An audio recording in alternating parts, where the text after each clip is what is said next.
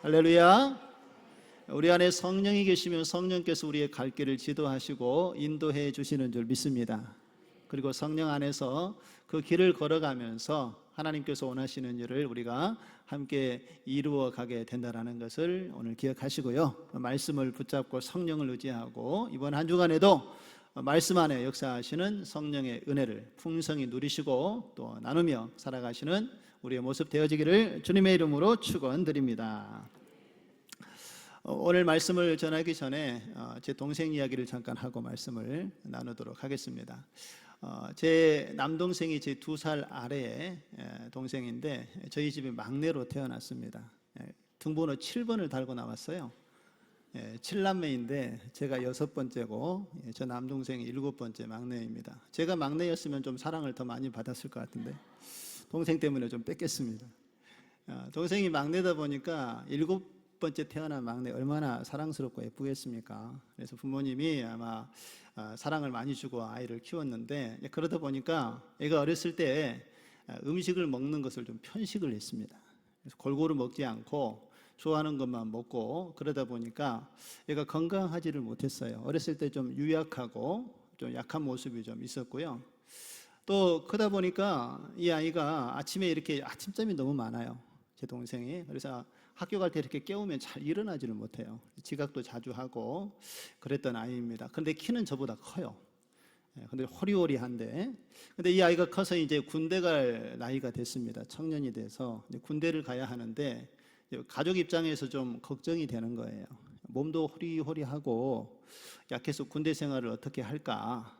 그리고 군대 가서 벌떡 일어나야 되는데 아침 기상에 일어나지 못하고 이렇게 자고 있으면은 또 험한 일 당하지 않을까 되게 좀 걱정이 됐거든요. 그런데 군에 입대를 해서 훈련을 받고 자대 배치 받고 나서 첫 휴가를 나왔는데 달라진 모습을 보여주더라고요.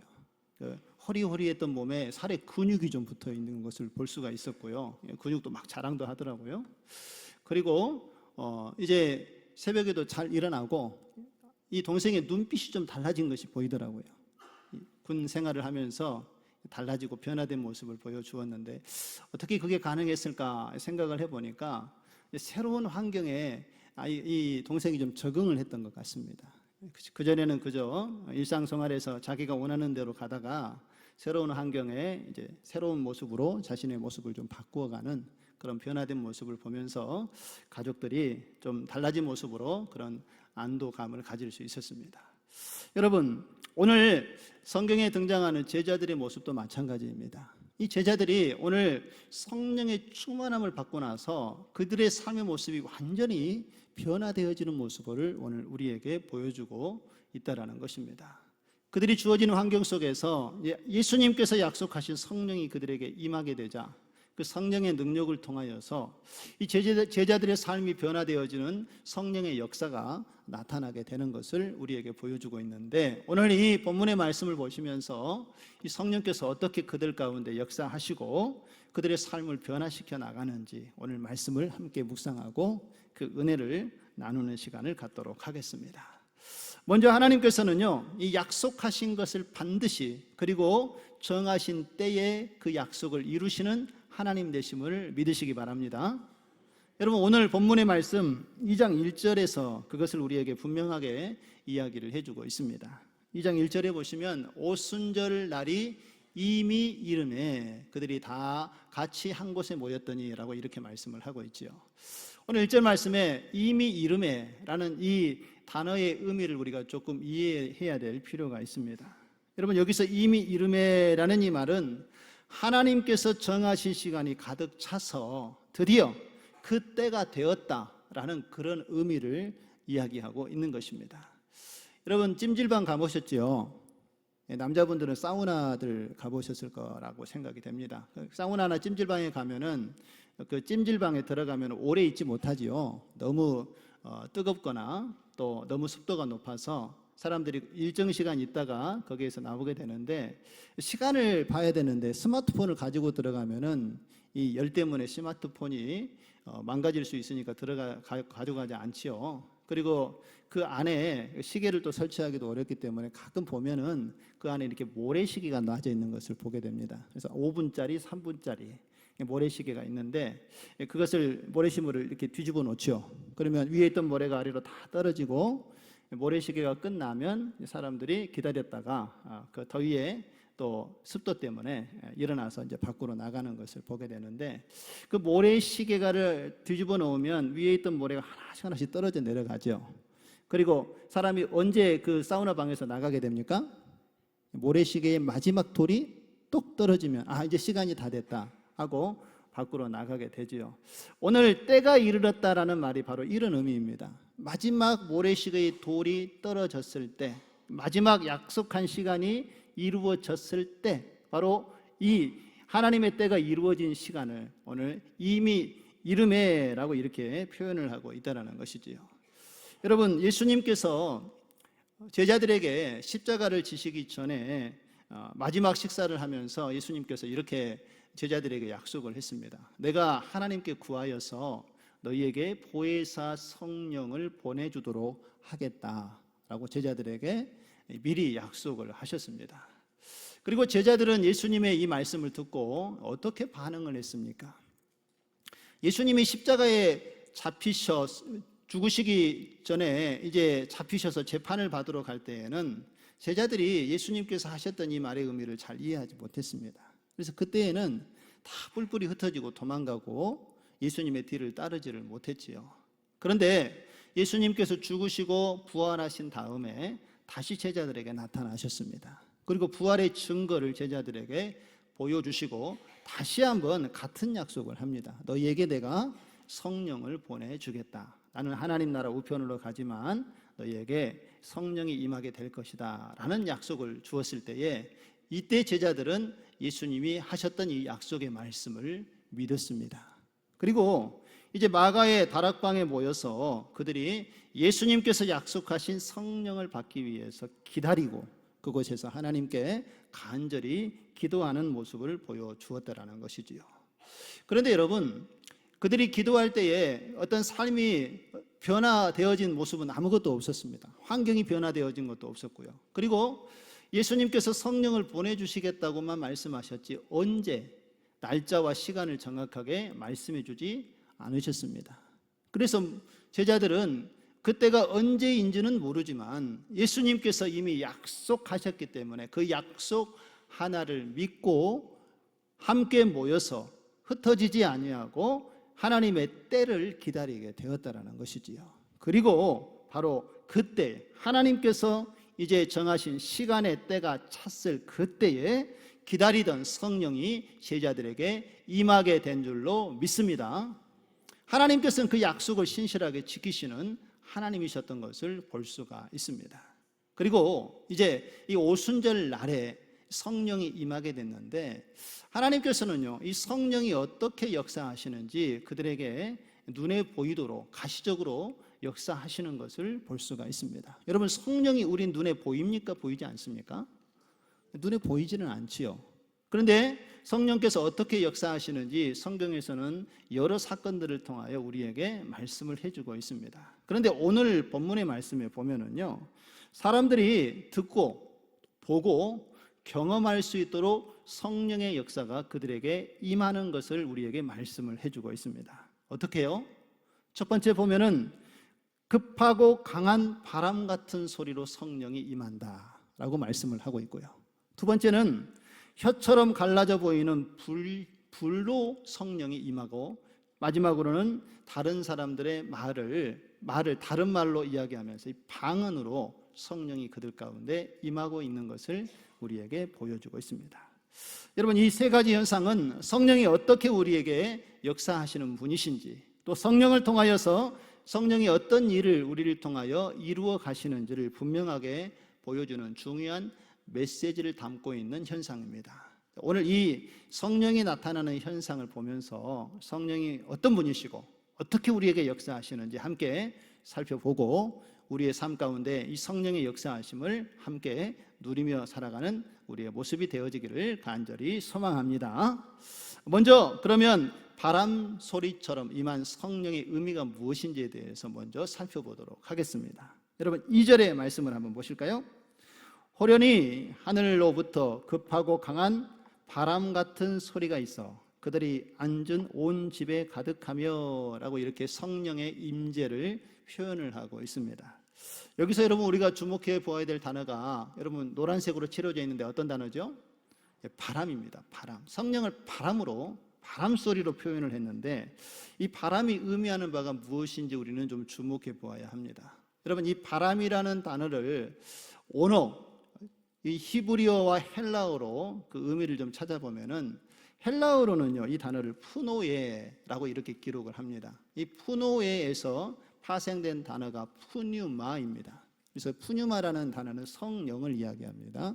하나님의 영을 이야기하는 단어이고, 그리고 히브리어는 이 바람이라는 단어를요 루아흐라고 이렇게 표현을 합니다. 한번 따라서 해보시겠습니까? 루아흐. 흐 할 때 뭐가 나오죠? 바람이 훅 나옵니다. 그렇죠? 그런 것처럼 이 루하흐라는 단어는요 바람, 성령, 숨, 호흡 이런 의미를 담고 있는 단어입니다. 그래서 이 바람 루하흐라는 이 단어의 의미는요 하나님의 숨결, 하나님의 생명을 이야기를 하고 있는 것입니다.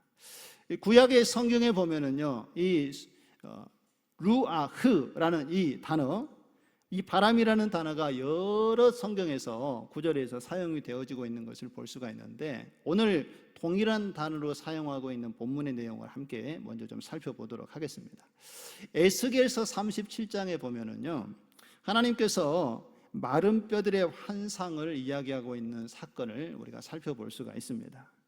하나님께서 선지자 에스겔에게 그를 데려와서 이 마른 뼈가 가득한 골짜기로 이끌어 옵니다.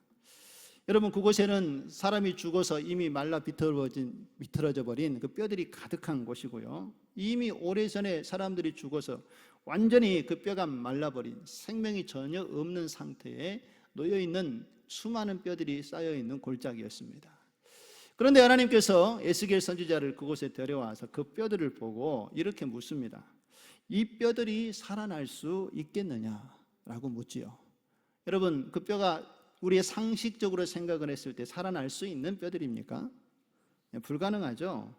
뼈는 뼈일 뿐이고 이미 생명이 떠나버린 것이기 때문에 거기에 생명이 존재한다는 것은 불가능한 일이었습니다. 그런데 참 놀라운 것은 이 뼈들에게 하나님의 말씀이 선포되어지자 놀라운 변화가 일어났다는 것입니다. 생명이 없는 그곳에 생명이 나타나게 됐다는 것이지요. 하나님께서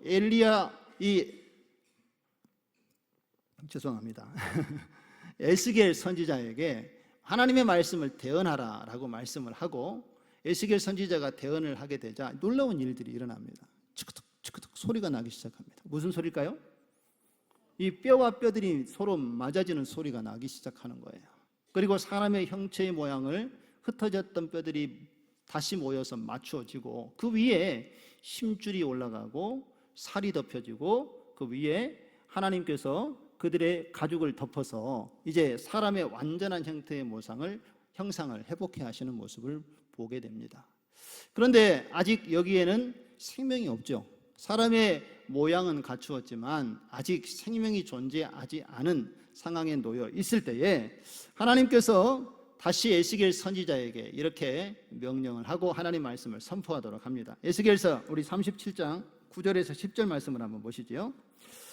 또 내게 이르되 인자야 너는 생기를 향하여 대언하라. 생기에게 대언하여 이르기를 주 여호와께서 이같이 말씀하시기를 생기야 사방에서부터 와서 이 죽음을 당한 자에게 불어서 어떻게 하라고요? 살아나게 하라 하셨다 하라. 우리 10절은 같이 한번 읽습니다. 시작. 이에 내가 그 명령대로 대언하였더니 생기가 그에게로 들어가매 그들이 곧 살아나서 일어나 서는데 극히 큰 군대더라. 할렐루야. 에스겔 선지자가 하나님의 말씀을 대언하여 선포하자 그때에 이 생기가 그 죽어있는 사람들의 몸에 들어갑니다. 그리고 나서 완전히 뼈로 말라 있었던 그 죽음밖에 없었던 그 몸에 생기가 들어가므로 다시 그들이 일어나 살아나는 생명이 된 줄로 믿습니다. 여러분 여기서 사용한 이 생기라는 이 단어가 오늘 우리가 본문에서 살펴본 르아흐라는 단어입니다. 동일한 단어를 사용하고 있는 것을 볼 수가 있습니다. 다시 사도행전으로 돌아와서요. 오순절 성령이 임하는 이제 순간, 오순절 날에 제자들에게 성령이 임했을 때에 바로 이와 같은 르아흐, 이 생기의 회복의 역사가 나타나게 되었다라는 것입니다. 하늘로부터 하나님의 숨결이 제자들에게 불어넣어주는 성령의 역사가 그들에게 나타났을 때에 그들의 죽어있던 영혼이 다시 살아나고 하나님이 주시는 생기를 통하여서 그들이 하나님의 놀라운 일들을 회복하고 그 사명을 감당하는 자로 세워지는 모습을 오늘 우리에게 보여주고 있는 것이 본문의 말씀입니다.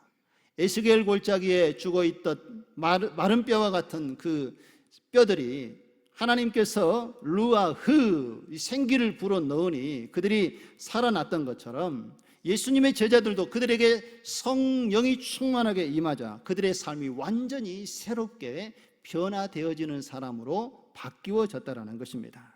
그리고 이 성령의 역사를 통하여서 초대교회가 시작되었다는 것입니다. 여러분, 교회의 시작은요, 사람의 어떤 계획과 사람의 준비를 통해서 일어났던 것이 아니라 오직 성령의 역사를 통하여서 그들이 변화되어지고 그 성령의 능력을 의지하여 세상으로 나아갔을 때에 그들을 통하여서 하나님께서 원하시는 교회가 시작이 되어지고 성장하게 된 줄로 믿습니다.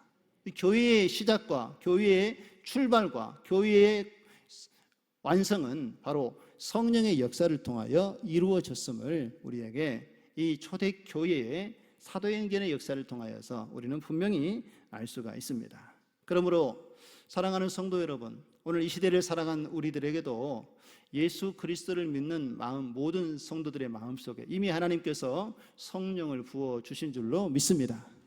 우리 안에 성령이 계시고 우리가 성령의 충만함을 구하고 그 성령의 충만한 은혜 가운데 거할 때에 하나님께서는 이 시대에 하나님께서 원하시는 교회를 바로 이 성령의 충만함을 받은 하나님의 사람들을 통하여서 이루어 가시는 줄로 믿습니다.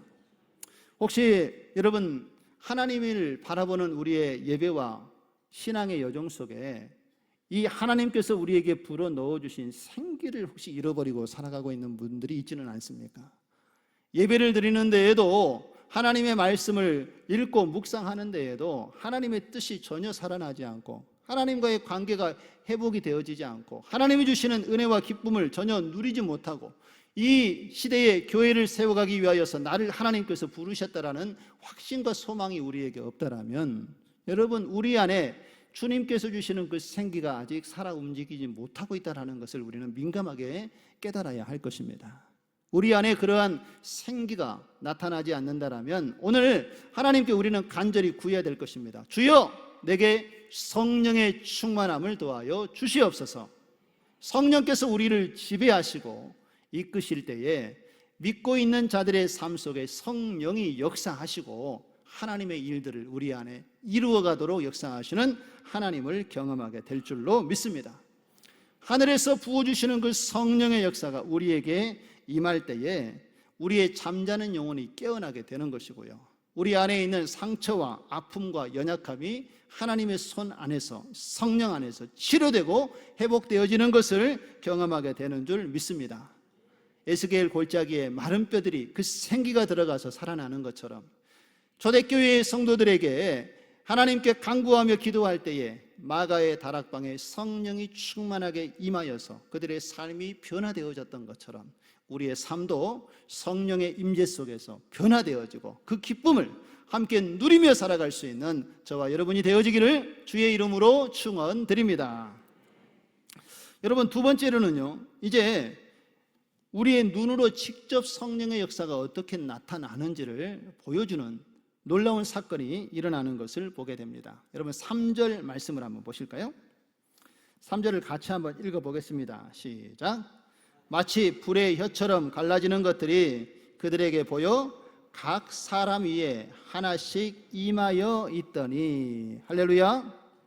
여러분, 성령이 이제는 불의 모양으로 임하고 있다라고 말씀을 하는데 여기서 우리가 여러분 중요한 말씀을 놓치지 말아야 할 것은 바로 이 성령이 각 사람 위에 하나씩 임하였다라는 것입니다. 오늘 성경의 말씀에 보면은 각 사람의 위에 성령이 하나씩 임하였다라는 것은 하나님의 임재를 우리에게 말씀을 하고 있는 것입니다. 여러분, 구약의 성경에 보면은 하나님께서 어떻게 임재하셨는지 여러 사건을 통하여서 우리에게 보여주고 있는데요, 구약에서는 이 하나님의 임재를 불로 표현하고 있는 것을 볼 수가 있습니다. 모세에게 하나님이 나타나실 때에 어떻게 나타나셨죠? 떨기나무 가운데에 불 가운데 타지 않는 모습으로 하나님이 나타나셔서 모세를 만나셨던 것을 볼 수가 있습니다. 그리고 이스라엘 백성들이 이제 광야를 지나서 가나안으로 갈 때에 그 척박한 땅에서 하나님께서 그 백성들을 밤에 무엇으로 지켜주셨습니까? 불기둥으로 그들을 지켜주시고 그들과 함께 하셨던 모습으로 하나님의 임재를 나타내셨습니다. 그리고 엘리야 선지자가 바알과 아세라 선지자들과의 거짓 선지자들과의 850대 1의 싸움을 했지요. 누가 믿는 하나님이 참 신이냐라고 대결을 했을 때에 하나님께서 하늘에서 그들이 싸우는 제단 위에 뭘 내렸습니까? 불을 내려서 그 제단을 불사르면서 하나님이 참 신이신 것을 드러내시고 엘리야와 함께 하셨던 하나님을 불 가운데 나타내셨던 것을 볼 수가 있습니다. 여러분, 구약 성경에 보면은요, 하나님께서는 이스라엘 백성들과 함께 하실 때에 특별한 장소에서 그들이 하나님의 그 거룩하심을 구별하여 나타내도록 역사하셨던 것을 우리는 볼 수가 있습니다. 그리고 그 하나님이 그들과 구별된 장소에서 만나셨던 하나님으로 성전에서 임하셨고, 또 우리가 출애굽기 말씀을 오후 시간에 보고 있는데 이 성막 안에서 지성소에서 그들을 만나셨던 하나님을 우리가 구약 성경에서는 찾아볼 수가 있습니다. 그런데 여러분, 이제 신약에 우리가 사도행전으로 넘어와서 이 하나님의 임재가 놀라운 변화로 나타나는 것을 볼 수가 있습니다. 구약에서는 하나님께서 좀 제한되어지고 정해진 장소에 특별한 거룩함으로 역사하셨다면, 이제 사도행전에서 신약에 와서는 하나님께서 성령의 은혜를 구하고 기도하면서 성령이 임한 각 사람 위에 한 사람 한 사람 위에 성령으로 역사하시면서 각자의 심령에 하나님께서 임재하고 계신다는 것을 우리에게 말씀을 해주고 있는 것입니다. 다시 말해서 이제 성령 하나님께서는 어떤 특별한 장소에서만 사람들을 만나주시는 것이 아니라 예수 그리스도를 믿고 구원받은 모든 사람의 심령에 직접 찾아와 주셔서 우리를 만나 주시는 하나님으로 역사하여 주신다는 것을 오늘 성령이 우리에게 역사하심으로 분명하게 말씀을 해주고 있다는 것입니다. 우리 안에 계시는 성령께서 예수 그리스도를 믿는 모든 사람들에게 역사하셔서 하나님의 살아계심을 지금도 우리 가운데 드러내시고 그 하나님의 살아계심을 우리에게 나타내 보여주신 줄로 믿습니다. 그래서 여러분, 우리 안에 누가 계십니까? 성령 하나님이 계시는 줄로 믿습니다. 우리 좌우 옆에 우리 성도님들 보시고 한번 이렇게 인사를 했으면 좋겠습니다. 당신을 보니 성령 하나님이 계신 것이 믿어집니다.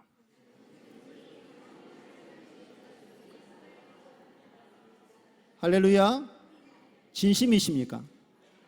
예, 우리가 그러한 삶을 하나님 앞에 드러내야 합니다. 왜냐하면 우리 안에 누가 계시기 때문에요? 성령이 계시기 때문에 그렇습니다. 그런데 여러분, 오늘 이렇게 인사하는데 조금 부담이 되신 분들이 있으셨을 거예요. 말하면서도 좀 부담이 되고 들으면서도 좀 부담이 되신 분들이 있었을 겁니다.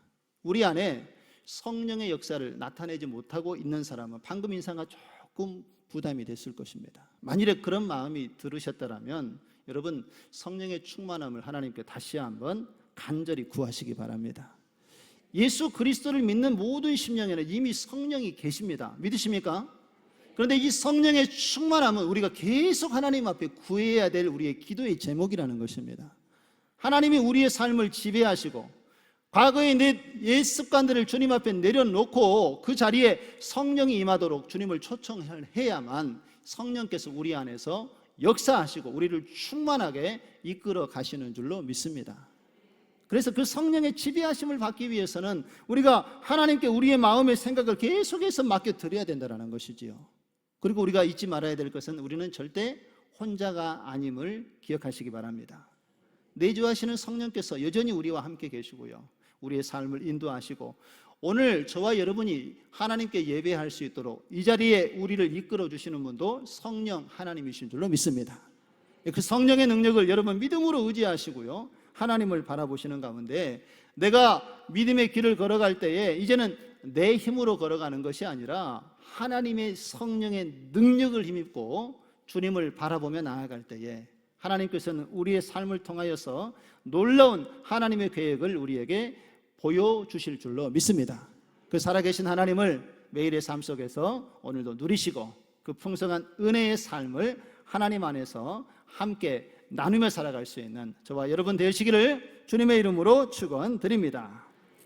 이제 마지막으로 이 성령의 충만함을 받는 제자들이 성령께서 어떻게 그들의 삶을 이끌어 가시는지 살펴보도록 하겠습니다. 여러분 4절 말씀을 우리 보시고 한번 같이 합독해서 읽도록 하겠습니다. 시작. 그들이 다 성령의 충만함을 받고 성령이 말하게 하심을 따라 다른 언어들로 말하기를 시작하니라. 할렐루야. 이제 기도하고 하나님의 때를 기다렸는데 하나님의 때가 차서 제자들에게 성령이 임했습니다. 성령이 충만하게 임하자 여러분 제자들에게 어떤 변화가 나타났습니까? 예, 성령이 그들에게 임하자 이 마가의 다락방에 120명의 제자들이 모여 있었는데 그들의 입이 열리기 시작했다라는 것입니다. 할렐루야. 여러분 그들의 입이 어떻게 근데 열려졌습니까? 오늘 4절의 말씀을 다시 한번 보시죠. 그들이 다 성령의 충만함을 받고 누가 말하게 하심을 따라서요? 성령이 말하게 하심을 따라서 다른 언어로 말하기 시작하니라.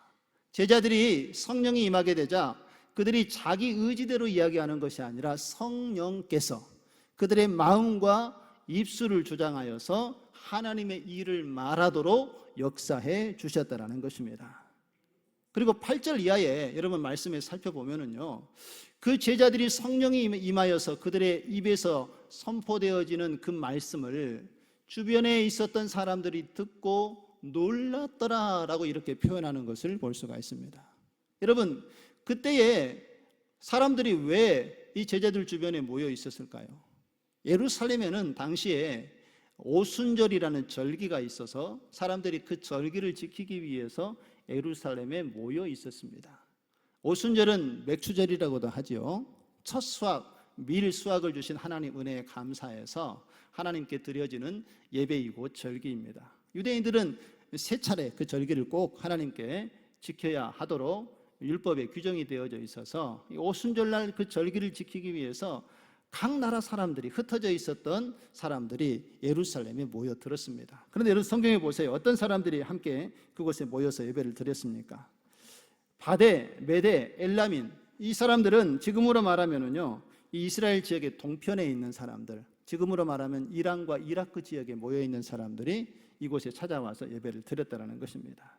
또 북쪽으로 보면은 소아시아라고 이야기되어져 있는데 본도에 살고 있는 사람, 이 사람들은 북쪽에 지금으로 말하면 터키 지역에 있는 사람들입니다.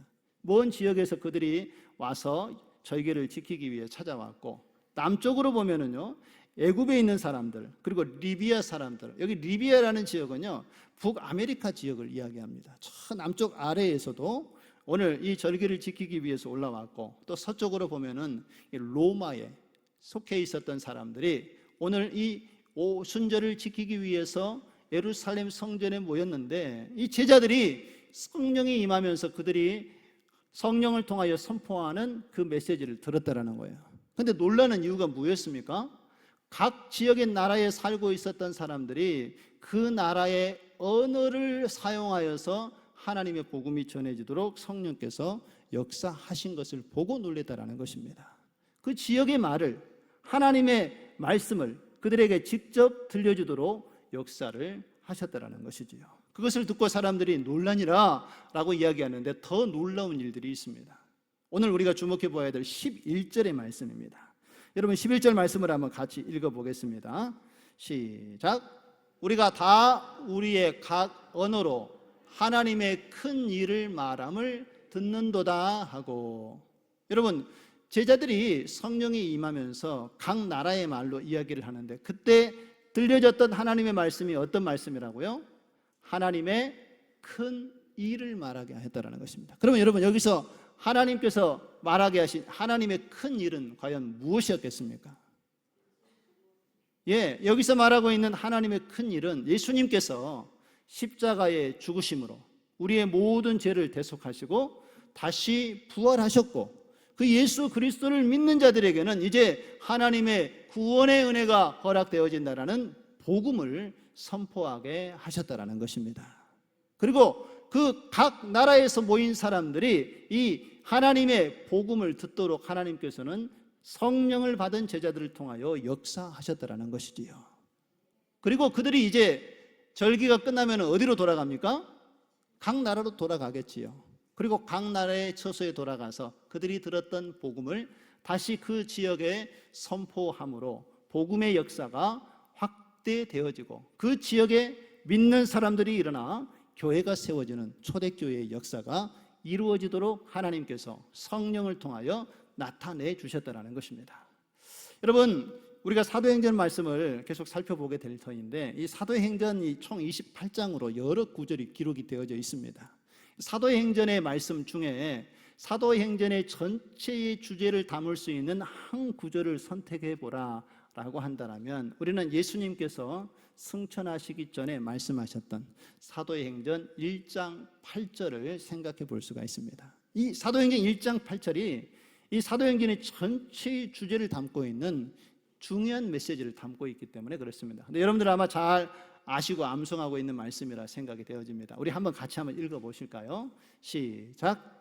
오직 성령이 너희에게 임하시면 너희가 권능을 받고 예루살렘과 온 유대와 사마리아와 땅끝까지 이르러 내 증인이 되리라 하시니라. 할렐루야. 오늘 마가의 다락방에 모여있는 그 제자들에게 뭐가 임했습니까? 성령이 임했습니다. 예수님께서 말씀하고 선포하신 대로 성령이 임하고, 성령이 임하니까 그들에게 무엇이 임했습니까? 권능이 임했지요. 주님께서 주시는 능력이 그들에게 임하게 되고 이제 그들이 흩어져서 하나님 나라의 복음을 선포하고 증거하게 되는 역사가 이제 이후에 초대교회의 이 사도행전을 통하여서 우리에게 펼쳐질 내용이 예수님께서는 미리 예언적으로 선포하셨다라는 것입니다. 그런데 여러분, 중요한 것, 우리가 놓치지 말아야 될 것은 그들이 성령을 받으면서 무엇을 선포하고 증거했습니까? 하나님 나라의 큰 일을 선포하는데 어떻게 해요? 자기 생각대로 자기 의지대로 선포했습니까? 아니면은 성령이 말하시는 대로 선포했습니까? 성령이 말하시는 대로 선포했다라는 것을 우리는 잊지 마시기 바랍니다. 여러분, 교회에서 하나님의 일, 하나님의 사역을 감당하는 것은 내 말과 내 생각을 주장하고 이야기하는 것이 아닙니다. 누구의 말과 누구의 생각과 누구의 일을 이야기해야 하겠습니까? 성령께서, 하나님께서 우리에게 원하시는 일이 무엇인가를 우리는 기억하고 깨닫고 그것을 선포하고 증거할 때에 하나님께서 원하시는 교회가 이 시대에 온전하게 세워지고 그 교회를 통하여서 하나님께서 영광을 받게 되는 줄로 믿습니다.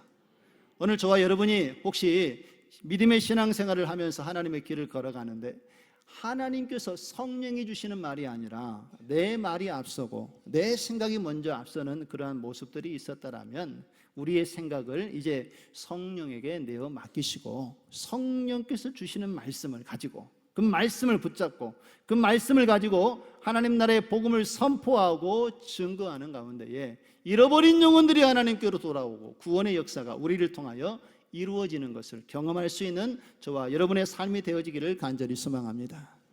오늘 이 앞서서 우리가 한 영혼을 품고 기도하지 않았습니까? 그리고 하나님께 맡기고 올려드리며 그 영혼이 하나님께로 돌아오기를 우리가 이제 기도하고 복음을 전할 터인데 내 생각으로 하는 것이 아니라 성령의 능력을 구하시고 성령의 은혜를 사모하는 가운데에 그 한 영혼 한 영혼을 하나님께로 인도하면서 먼저 우리가 하나님의 그 은혜를 받은 것을 누리고 나누며 살아갈 수 있는 우리의 모습 되어지기를 간절히 소망합니다. 오늘 이 시간에 예배하는 이 자리에 하나님께서 함께 계시는 줄로 믿습니다. 제자들에게 역사하시고 성령의 충만한 은혜를 더하여 주셨던 것처럼 오늘 그 하나님의 은혜를 사모하는 모든 하나님의 사람에게도 동일한 은혜로 함께해 주실 줄 믿습니다. 성령이 우리 안에 임하시면 우리의 영혼이 새로워지고요, 하나님께서 우리를 통하여 이루어 가실 일들이 깨달아지게 되고 그 말씀에 우리가 믿음으로 순종할 수 있도록 성령께서 우리를 인도해 주시는 줄 믿습니다. 묻어졌던 심령에 하나님의 은혜로 채워지고 굳어졌던 우리의 마음이 다시 새로워지고 하나님이 날마다 우리와 함께 하심을 매일의 삶 속에서 주님이 경험하도록 우리와 이 함께하여 주신다는 이 약속의 말씀이 우리의 안에서 날마다 경험되어지고 날마다 그 은혜의 풍성함을 누리며 살아갈 수 있는 우리 사랑하는 모든 성도님들 다 되시기를 주님의 이름으로 축원드립니다.